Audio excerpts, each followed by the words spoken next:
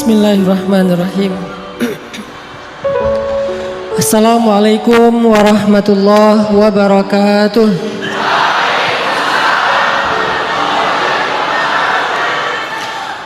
Alhamdulillahi rabbil alamin, hamdan katsiran tayyiban mubarakan fih kama yuhibbu rabbuna wa yarda. Asyhadu an la ilaha illallah wahdahu la syarikalah wa asyhadu anna Muhammadan abduhu wa rasuluhu la nabiyya ba'dah. Allahumma salli wa sallim wa barik ala sayyidina Muhammadin wa ala alihi wa sahbihi wa man tabi'ahu ila yaumiddin. Amma ba'd. Puji syukur kepada Allah Subhanahu wa taala. Malam ini kita bisa silaturahim, bisa ngumpul, bisa sharing bareng, belajar. Semua kita sama-sama sedang belajar. Karena dalam Islam itu belajar tidak ada batas waktu dan batas usia. Belajar dari sejak kita faham mana yang boleh, mana yang tidak boleh, atau balik sampai kita kembali pulang kepada Allah Subhanahu wa taala. Bisa jadi beberapa saat sebelum kita sakaratul maut, itu pun kita masih belajar 1-2 hal. Dan seandainya kita masih sempat mengamalkan ilmu, walaupun sebetulnya nyawa sudah di tenggorokan, maka kita berusaha untuk mengamalkan ilmu yang kita pelajari. Jadi malam ini kita berkumpul, alhamdulillah bisa belajar bareng. Mudah-mudahan teman-teman semuanya mendapatkan apa yang Nabi janjikan. Siapa yang menempuh jalan untuk mencari ilmu, maka Allah mudahkan baginya jalan ke surga. Mudah-mudahan semua yang ada di sini Allah mudahkan jalan ke surga Allah. Allah mudahkan untuk mendapatkan hidayah Allah, dan insya Allah Allah mudahkan juga untuk mendapatkan pasangan hidup dunia dan akhirat. Beda amin ya. Saya yakin di sini banyak anak main, banyak anak-anak gaul, banyak anak-anak yang selebgram. Tapi buat saya selebgram itu nggak penting. Buat apa followers banyak-banyak tapi statusnya orang lain? Lebih baik followers 1 aja tapi statusnya adalah istri.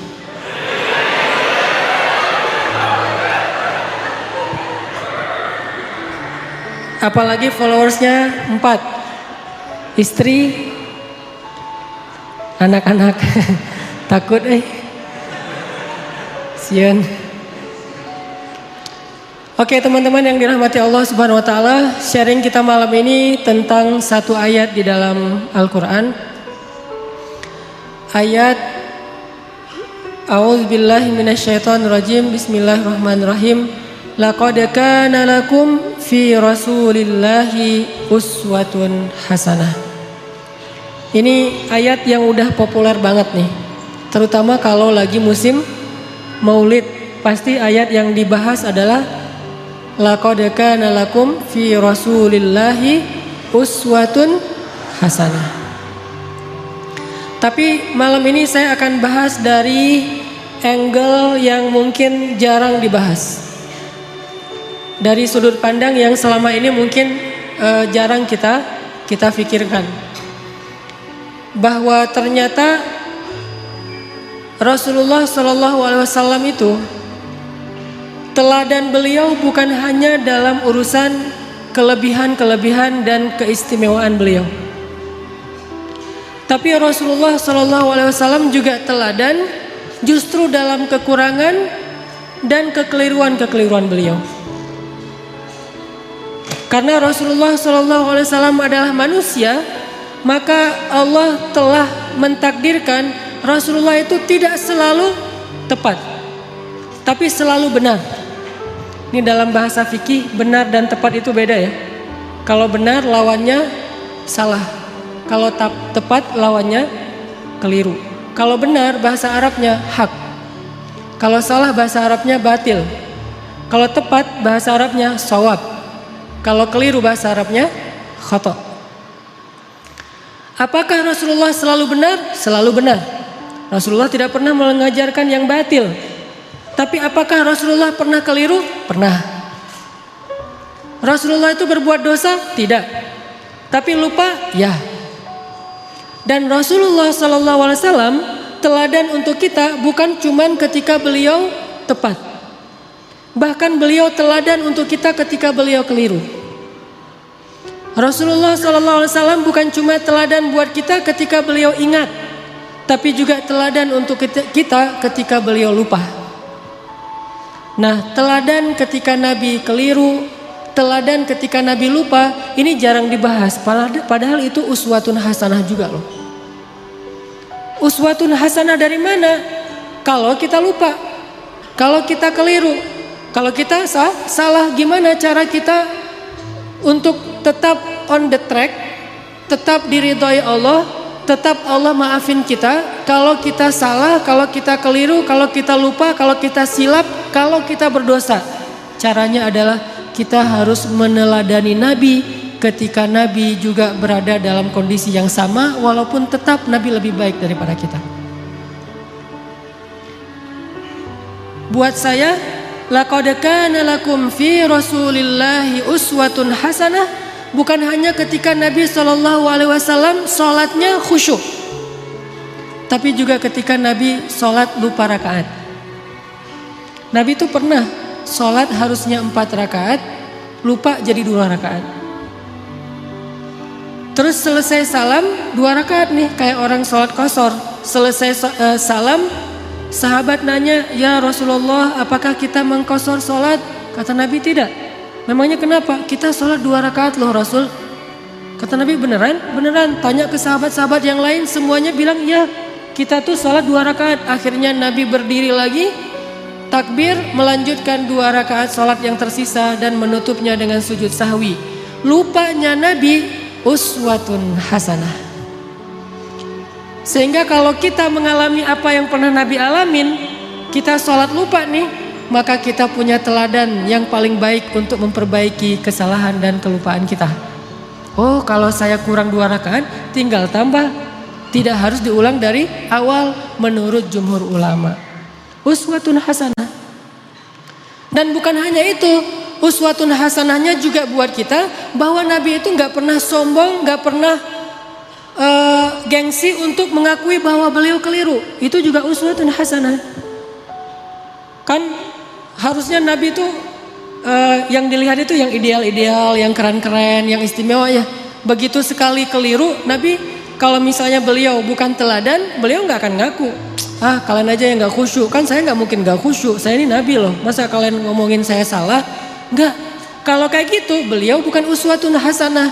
Justru karena beliau lapang dada, besar hati, low profile, tawadu, dan mau mengakui kalau beliau memang keliru, disitulah uswatun hasanah dari Nabi untuk kita. Kadang seorang ustadz bisa salah, kadang seorang guru bisa keliru, kadang seorang pemimpin juga salah. Gak boleh seorang pemimpin merasa bahwa dia tuh selalu benar, tuh gak boleh.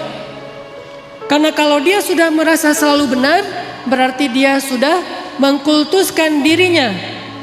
Dan Allah mengatakan, fala tuzakku anfusakum huwa a'lamu bimanittaqa. Janganlah kalian menganggap diri kalian suci, artinya gak pernah salah. Jadi pemimpin yang meneladani Rasulullah SAW bukan cuma meneladani dari angle jujur, amanah, profesional, tapi juga meneladani Nabi dari angle apa? Bahwa kalau keliru, berbesar hati untuk mengakui.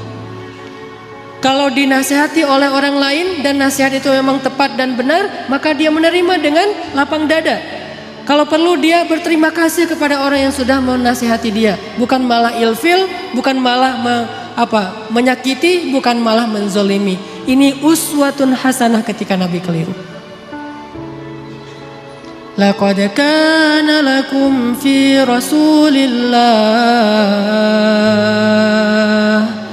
laqad kana lakum fi Rasulillahi uswatun hasanah. Pasti di dalam diri Rasulullah itu ada uswatun hasanah. Tapi kan Rasul gak selalu tepat, walaupun tepatnya itu banyak. sedikit keliru, tapi tetap ada kelirunya. Bahkan kalau kita baca ayat-ayat Al-Quran, kita akan menemukan lebih dari satu ayat-ayat teguran terhadap Nabi, ya kan? Walaupun yang populer satu, surat Abasa. Tapi surat dengan makna yang sama dengan surat Abasa di dalam Al-Quran itu lebih dari satu. Ada beberapa, bahkan lebih dari 3. Kenapa kok Nabi sampai kayak gitu? Biar kita bisa meniru Nabi kalau kita melakukan kesalahan. Seorang suami tidak selalu harus benar dan tidak perlu merasa gengsi mengakui kalau kali ini yang benar adalah istrinya. Buat yang udah punya istri. Yang belum punya juga belum tentu selalu benar. Kadang yang benar adalah teman kos-kosannya. Kadang yang benar adalah mantannya. Kan gak masalah kan? Kalau ditanya kenapa kalian putus, gua gak sabar. Jangan, oh dia tuh emang gini-gini. Enggak, kadang-kadang emang dia yang baik, kita yang waktu itu lagi terbawa emosi. Tapi di balik semua itu emang lebih baik putus mungkin, supaya mereka mencari yang lebih baik dan lebih halal. Tapi yang pasti teman-teman, kita coba malam ini belajar uswatun hasanah Nabi dalam kondisi ketika Nabi keliru. Dan ini sama sekali bukan ingin menjelek-jelekan Nabi, sebaliknya kita ingin melihat betapa Nabi itu hebat. Justru ketika kita melihat betapa Nabi besar hati, lapang dada, kita akan semakin kagum kepada sosok Rasulullah Sallallahu Alaihi Wasallam. Contoh sholat tadi aja udah dapat 2 uswah, 2 teladan. 1, Nabi besar hati. 2, pelajarannya bahwa oh kalau salah dalam sholat berarti tinggal kita tambah, ditutup dengan sujud sahwi. Ada 3 nih. Yang ketiga pelajarannya dalam kasus itu apa? Ternyata sahabat-sahabat Nabi itu orangnya dewasa. Sahabat-sahabat Nabi itu orangnya mateng, gak gampang pundungan. Nabi sholat kurang 2 rakaat, mereka nggak komen, katanya Nabi sholatnya nggak khusyuk, nggak gitu. Mereka nggak unfollow Nabi. Wah, udah nggak benar nih postingannya, gua unfollow aja nih. Dan komennya cuman yang dekat doang sama Nabi, yang komen yang lain nggak ikut-ikutan komen. Jadi komennya itu komen positif, bukan ngebully Nabi, bukan Nabi mah ternyata sholatnya juga mikir yang lain. Saya kira selama ini udah keren banget, ternyata pencitraan doang. Enggak. Kenapa? Karena mereka followers yang udah mateng, bukan followers yang labil, yang galau gitu. Sehingga sekali Nabi postingnya agak-agak kurang tepat, mereka pundung fisabilillah. Bayangin kalau sekali Nabi keliru terus pundung, kan berkurang kan umat Islam? Tidak, yang terjadi justru semakin bertambah. Kenapa? Mereka faham Nabi itu wama Muhammadun illa rasulun qad khalat min qablihi rusul. Dia juga seorang makhluk yang diutus oleh Allah. Kadang dia wafat, Allah menghidupkan dan mematikan, Allah memberi makan, Allah memelihara, Allah membuat dia ingat dan lupa. Semua itu adalah sifat manusia yang melekat pada diri Rasulullah Sallallahu Alaihi Wasallam. Cuma satu bedanya, beliau Allah jaga dari berbuat dosa, maksum. Dijaga dari berbuat dosa. Jadi Nabi itu nggak buat dosa, tapi kalau keliru, ya. Lagian keliru itu bukan dosa sengaja, cuman lupa, cuman salah faham, cuman ijtihad.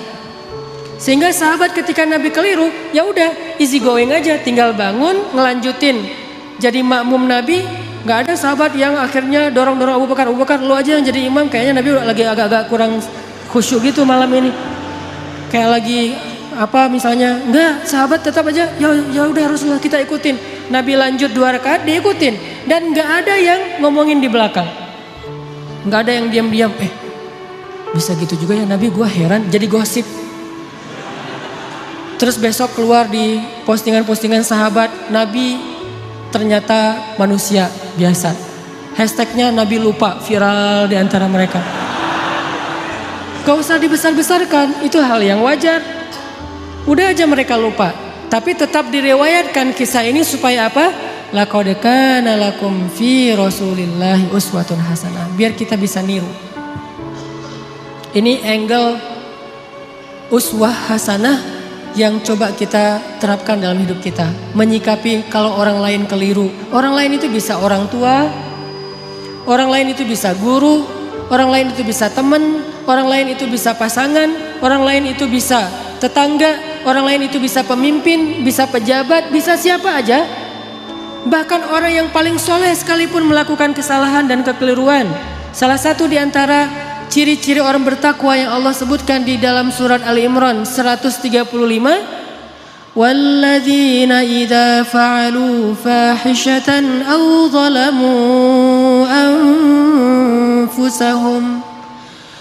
ظَلَمُوا أَنفُسَهُمْ ذَكَرُوا اللَّهَ فَاسْتَغْفَرُوا لِذُنُوبِهِمْ.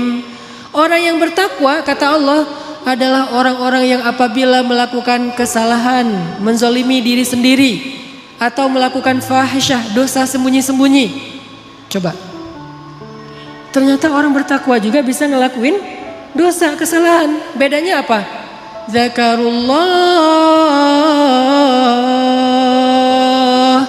Ketika dia sadar, ketika dia ingat, ketika dia diingatkan oleh orang lain, fastaghfaru lidzunubihim. Buru-buru dia meminta ampun kepada Allah dan tidak lagi melakukan kesalahan itu. Ini bedanya orang bertakwa sama orang yang tidak bertakwa. Kalau orang yang tidak bertakwa salah, nggak mau memperbaiki diri. Kalau orang bertakwa salah juga, tapi mau segera recovery, memperbaiki diri. Jadi peluang berbuat salah sama antara orang yang bertakwa dengan yang tidak bertakwa, sama peluangnya.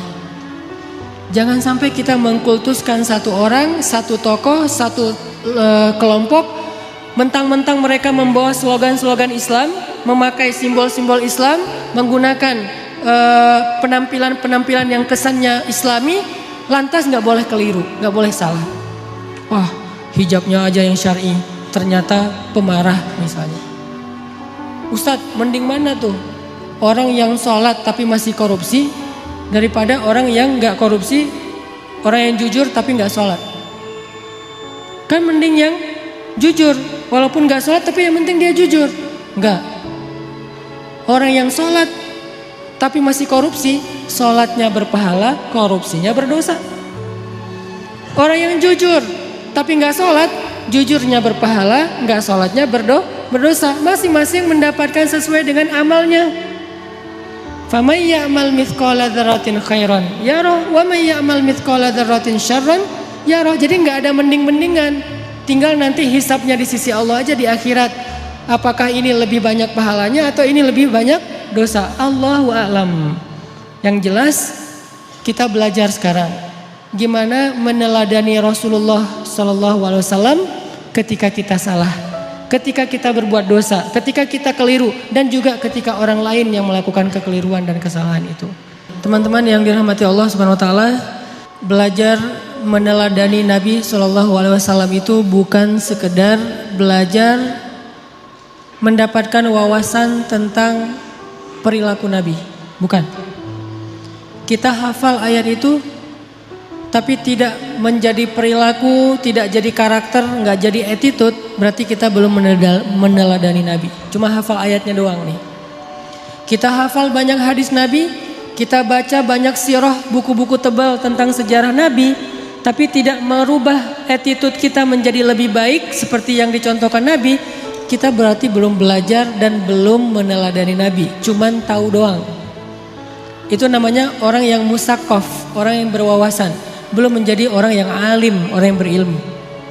Kenapa? Karena tidak disebut ilmu sebelum dia menjadi rasa di dalam hati dan menjadi perilaku dalam kehidupan. Kalau cuma sekedar wawasan, itu bukan ilmu, itu namanya saqafah, itu namanya wawasan.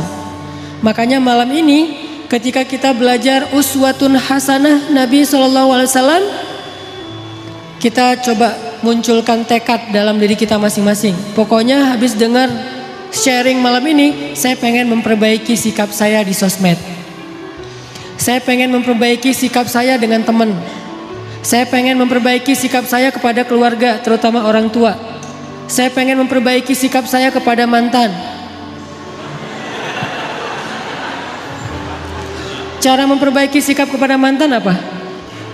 Unfollow. Gak boleh following ya. Kalau mau sesekali ngelihat, bikin aja 2 akun. 1 akun punya kita, 1 lagi untuk stalking ya. Pengalaman. Enggak boleh. Lupakan mantan. Jangan sampai kita baca atau mendengar cerita-cerita tentang Nabi hanya sekedar oh ya ya, oh gitu. Jangan. Kalau sekedar oh ya ya dan oh gitu, berarti ini cuma wawasan nih. Dan kalau cuma wawasan, kita ngaji sampai bertahun-tahun juga tidak semakin menjadi lebih baik. Harusnya belajar ilmu yang tadi kata Nabi, siapa yang menempuh jalan untuk mencari ilmu, Allah mudahkan jalan ke surga. Itu ilmu loh, bukan wawasan yang dicari. Kalau wawasan kita bisa kayak otodidak gitu. Kita bisa belajar sendiri dengan dengerin YouTube. Tapi kalau ilmu kan bukan cuma dengar. Kita latih tuh. Apa yang udah kita dengar kita latih sehari, mungkin gak langsung jadi nih. Sama kayak yang barusan kita dengar misalnya tentang gimana berbesar hati dalam menerima masukan orang lain. Kan gak gampang tuh. Gimana berlapang dada mengakui kekeliruan dan kesalahan kita. Walaupun itu menyakitkan. Itu gak gampang loh. Tapi kalau kita nggak praktekin, berarti apa yang kita dengar itu baru sekedar wawasan, belum memperbaiki perilaku dan attitude kita. Kita belajar sekarang uswatun hasanah Nabi SAW, bukan sekedar pengen tahu, penasaran ayatnya mana aja ya, hadisnya gimana aja ya. Kita bukan pengen berdebat dengan dalil, kita pengen memperbaiki diri. Tapi kalau kita pengen berdebat dengan dalil, kita akan lebih fokusnya ke dalil itu riwayat siapa, kemudian teks aslinya kayak gimana. Terus kalau perlu di capture, nanti kalau ada teman kita yang berbeda pendapat tinggal kita broadcast, kita share. Ini sekedar wawasan yang dijadikan bahan perdebatan. Buat apa kalau kayak gitu? Harusnya kita belajar bukan supaya jago berdebat. Bukan kalau kita nanti berdebat dengan teman kita di grup, kita punya banyak argumen, dalil segala macam. Buat apa yang kayak gitu-gitu? Bahkan Nabi aja pernah mendengar sahabat berdebat di dalam Masjid Nabawi, dilemparin debu sama Nabi. Jadi ada sahabat lagi ngaji nih, lagi baca Quran di dalam masjid. Kan rumah Nabi di sebelah masjid. Tadinya ngaji asik tuh, seru. Bismillahirrahmanirrahim, baca santai. Lama-lama mulai terjadi keriuhan, kegaduhan. Nabi dalam rumah ngedengar kok udah mulai ada orang yang teriak-teriak ya. Kok mulai kayak ada orang yang marah-marah. Nabi keluar melihat mereka lagi berdebat tentang makna satu ayat. Nabi mengambil debu dan melempari mereka dengan mengatakan, kalau kalian membaca ayat Al-Quran, carilah ayat yang mempersatukan kalian. Artinya jangan membaca ayat-ayat yang membuat kalian berpecah belah. Bukan ayatnya, tapi persepsi dan tafsiran terhadap ayatnya. Jadi teman-teman, saya pengen magerin dulu nih, bahwa yang kita belajar malam ini termasuk saya, kita niatkan untuk memperbaiki perilaku kita. Baik perilaku kita di dunia nyata atau di dunia maya. Pokoknya kita perbaiki perilaku kita. Dan anak Indonesia tuh, anak Jawa Barat, orang Sunda itu diantara seluruh suku yang ada di Indonesia itu kan termasuk salah satu suku yang terkenal, paling lembut, santun, tata keramanya luar biasa kan. Jangan sampai identitas itu hilang oleh modernitas. Sehingga gara-gara kita hidup di dunia maya, medsos, kita melupakan tradisi nenek moyang kita yang sebetulnya luar biasa. Kenapa tradisi itu harus pindah ke Jepang, harus pindah ke New Zealand, harus pindah ke negeri-negeri yang tidak mengenal agama?